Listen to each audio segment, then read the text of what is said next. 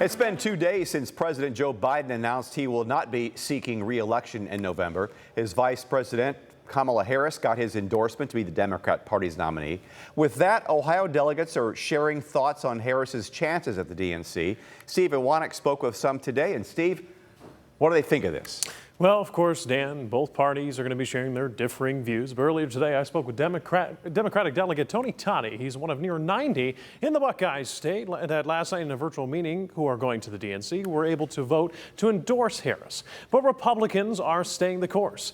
As to them, former President Donald Trump will still be the favorite come November. It's good to show solidarity behind a candidate. It is my great honor to have Joe's endorsement. It's been a historic 48 hours in U.S. politics, to say the least. And for Democrats in the Buckeye State, they are excited to see a fresh face. I don't think Democratic voters have an issue with it. I think they really will get behind her and her candidacy for this. On Sunday, President Joe Biden stepped out of the 2024 election race, endorsing Vice President Kamala Harris, putting her in the driver's seat nationwide.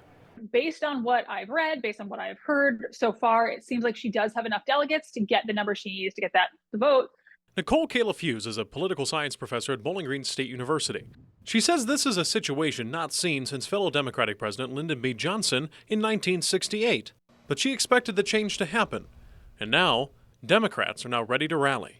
So I think people knew that this was coming, and I think that they had thought long and hard about how this was going to play in the news, when to make this announcement, and what it was going to look like to voters. And I think they, at least based on what we've seen so far in the very, very early days, it's really re-energized the Democrats' campaign. To the tune of $81 million in the first 24 hours towards Harris's campaign, according to the New York Times.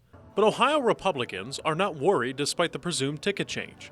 Delegates like first-time RNC delegate Tony Schrader have lots of confidence that voters believe in the President Trump-J.D. Vance ticket, regardless of the opponent.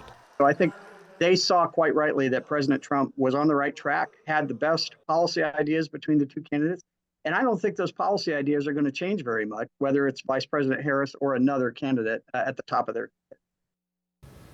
Now, Vice President Harris still has to get the formal nomination at the DNC before she gets onto the November ticket.